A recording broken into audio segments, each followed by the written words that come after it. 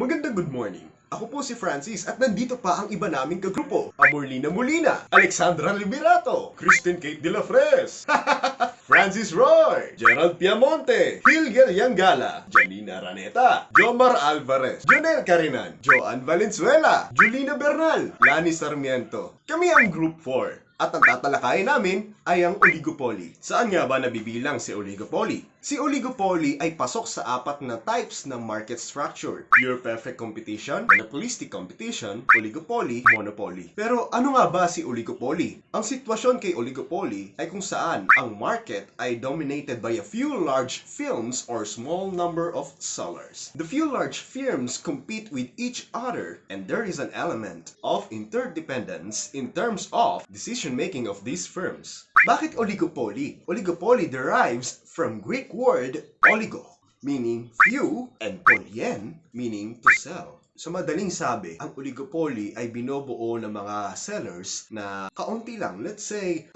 dalawa hanggang tatlo na nagbebenta o nagbi-business sa isang market. Sila lang yung nagdo-dominate kasi sila yung pinaka-the best doon sa mga market. Sa madaling sabi, ang oligopoly ay parang pakikibagay sa maliit na grupo. Kailangan alam mo kung paano ka pwepwesto doon sa oligopolyo kung gusto mong sumali. Ilan sa mga halimbawa ng oligopolyo ay aluminum, automobile, film, television, cellphone, gas, beer, petroleum, tire, airline. Kunin natin ang halimbawa ng television. Sa mga channel, halimbawa dito sa Pilipinas, mayroon tayong tatlong naglalabang channel. Tatlo lang sila, TV5, GMA, at ABS-CBN. Sa tatlong yon, oligopoly ang tawag natin sa kanila. Dahil malalaki silang network pero kaunti lang sila na naglalaban dito sa Pilipinas. Those three channels perform interdependence. Kapag nagdesisyon ng isa, dapat alam din ng iba. Dapat hindi labag sa lahat ng tatlong channel. Naiintindihan na ba kung ano ang oligopoly? Kung hindi pa rin, comment down below kung may tanong ka. Okay ba yan? And now we are going to proceed to our next topic, which is the characteristic of oligopoly. We have 1, 2, 3, 4, 5 characteristics of oligopoly. First characteristics, few numbers of firm or few sellers. So what does it mean? It means we only have few numbers of company or firms or sellers na gumagawa ng products. So ganun lang siya kasimple. Next is homogeneous or differentiated product. What is the difference between the two? Pag sinabi nating homogeneous, gumagawa yung firms ng pare-parehang product. For example, meron tayong company 1, company 2, at company 3. Pare-pareha silang gumagawa ng cellphone. Pero, ang pinagkaiba lang is magkakaiba sila ng model. Pero, at the end of the day, pare-parehas pa rin silang cellphone. Ayan ang example ng homogeneous. Next is differentiated product. So, the word itself, differentiated. Meron tayong company 1, company 2, at company 3. Pare-parehas silang firms, company, gumagawa ng product. Anong pinagkaiba nila? Gumagawa sila ng iba't ibang klase ng product. So, for example, si company 1 gumagawa ng cellphone, si company 2 gumagawa ng laptop, at si company 3 ay gumagawa ng washing machine. We have characteristic number 3. Entry is possible but difficult because of entry barriers. So, ano-ano nga ba yung entry barriers natin? Pag sinabi nating entry of barriers, pwede nating isama yung sellers, problema sa sellers, or problema sa distributors. Kasi pwede nating sabihin na hindi naman ganun kadali yung pagkuha ng products or pag-process ng mga papers para makuha yung ire-resell mo. Next is cost of entering a market. So, pwede nating isama as entry of barriers yun kasi hindi naman siya ganun kadali na makakapagtinda ka agad-agad dun sa market na gusto mong tindahan.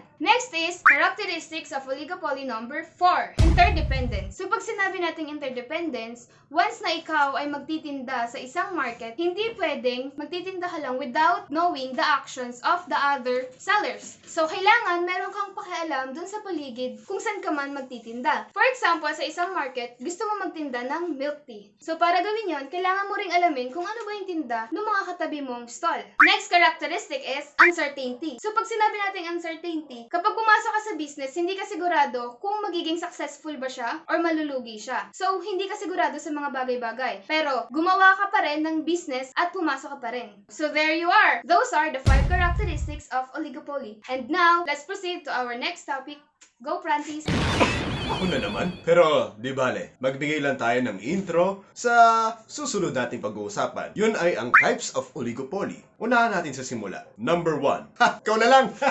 Ba naman to? Okay, sige na nga. Proceed na tayo sa ating first type of oligopoly. Pure or perfect oligopoly. So ano nga bang ibig sabihin nito? Kapag ang mga firms or company ay gumagawa ng mga pare-parehas na product, katulad ng in-explain ko kanina ang homogeneous product, ang tawag sa kanila ay pure or perfect oligopoly. Francis! Number 2. Ang susunod naman natin pag-uusapan ay tinatawag nating imperfect or differentiated oligopoly. Paano yun? Eto definition. Basahin natin. If the firms produce differentiated products, then it is called differentiated or imperfect oligopoly.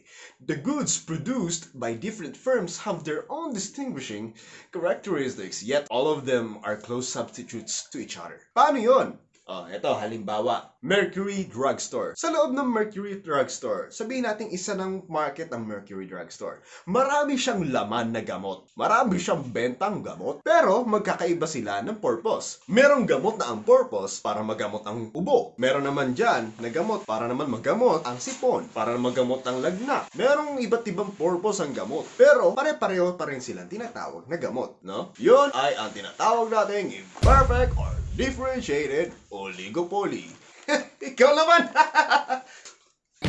At now, magpapasin naman tayo sa ating third type of oligopoly. So, ang collusive oligopoly. Paano nga ba ang collusive oligopoly? So, when we say collusive oligopoly, kapag nagkakaroon ng coordination or pag-uusap ang lahat ng firms or lahat ng company, ang tawag sa kanila ay collusive oligopoly. For example, sa OPEC, meron tayong 12 countries. So, lahat yon ay nagpro-provide ng oil. At nagkaroon sila ng coordination or law of agreement na kung saan pinag-uusapan nila na kailangan nila magkaroon ng restriction sa pagpro-provide ng oil. So, meaning to say, dun sa ginawa nila, nagkaroon sila ng coordination.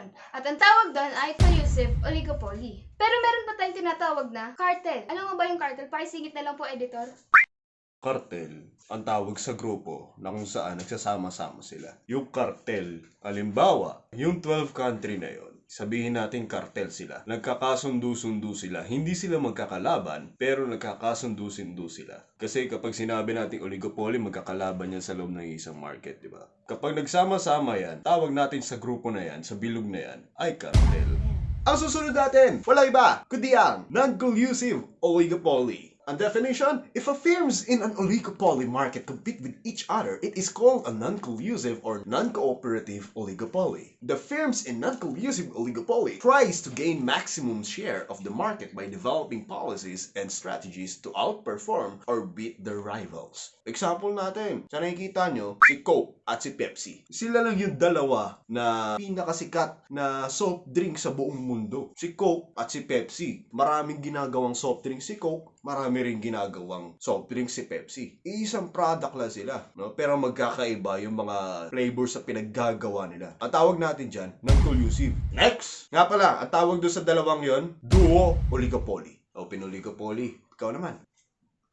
So, we have open oligopoly. So, when we say open oligopoly, meron tayong tinatawag na freedom. Kapag sinabi nating freedom, kahit sinong businessman or nagbabalak na magtayo ng isang business or pumasok sa isang market, ay pwedeng-pwede niyang gawin. For example, ang drinks or anything na inumin. For example, cold drinks. So, pwede tayo magtinda ng Coke, pwede tayo magtinda ng RC, pwede tayo magtinda ng iba't ibang klaseng inumin. Next is Francis. Closed oligopoly. So closed oligopoly refers to that market structure where only few firms control the market, and new firms are not allowed to enter industry. Barriers are set to prevent the entry of new firms into the industry. Example natin, kung ano yung nasa likod. FDA, Food and Drug Administration. Bago ka makapag-produce ng gamot, kailangan ipa-approve mo muna yan. Hindi ka basta-basta makakasali o makakapag-produce. Halimbawa, gusto mong gumawa ng maraming gamot. Hindi mo kagad yan mapoproduce ng basta-basta. Hindi ka naman doktor kwak-kwak. Kailangan mong magpa-approve muna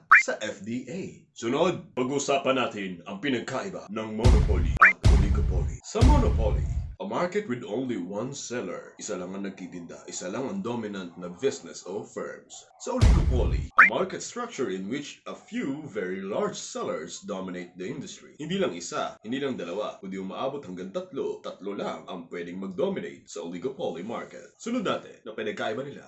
Very few monopolies in many countries. Few lang, kaunti, pero mas marami ang oligopoly. Next natin. Okay, ipasok natin ang sa oligopoly. Oligopoly is further from perfect competition than monopolistic competition. Bakit? Kasi usually, pare-pareho lang ang service ng mga oligopoly. Pero, marami sila, pero pare-pareho lang ang service nila. Magkakaiba sila identically. Next natin. An example of very famous monopoly of the late 1800s was John D. Rockefeller's Standard Oil Company, controlled over 90% of the refining oil in America and 70% of. Ibig sabihin, ito lang yung pinaka nagdo-dominate sa Amerika na oil industry. Hindi siya nakikibagay, hindi siya nakikipag-partner sa ibang business. Mag-isa lang siyang nagpaunlad sa business niya na siyang nanguna sa lahat ng oil companies. Next natin, oligopoly. Ano yung nasa oligopoly? Examples of very famous oligopolies are McDonald's, Wendy's, and Burger King. Pare-pareho silang fast food. Pare-pareho silang nagbebenta ng burger. Pero ano nga ba pinagkapareho ng dalawa? Si monopoly, saka si oligopoly. Heto lang yan. Both types of market never last forever. Sometimes they fall. Market failures occurs whenever one of the conditions necessary for competitive markets does not exist. May possible lang na mag-fail, pero usually, nag-uunlad sila. Lahat. Si monopoly at oligopoly. Lalo na si oligopoly kasi nakikipag-coordinate sa iba. So all in all, mga kaibigan, ang oligopoly ay binubuo ng few large firms. Meron siyang 5 types. Pure or perfect oligopoly. Imperfect or differentiated oligopoly. Collusive oligopoly. Non-collusive oligopoly. Open oligopoly. At closed oligopoly. Alam mo na ba kung ano ang oligopoly? Tatawa pa. Huwag kang tatawa. Ma'am, tatawa, ma'am.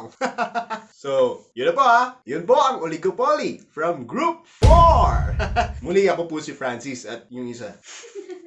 Uy, pasok ka rito. Si Kit-Kit po. Thank you!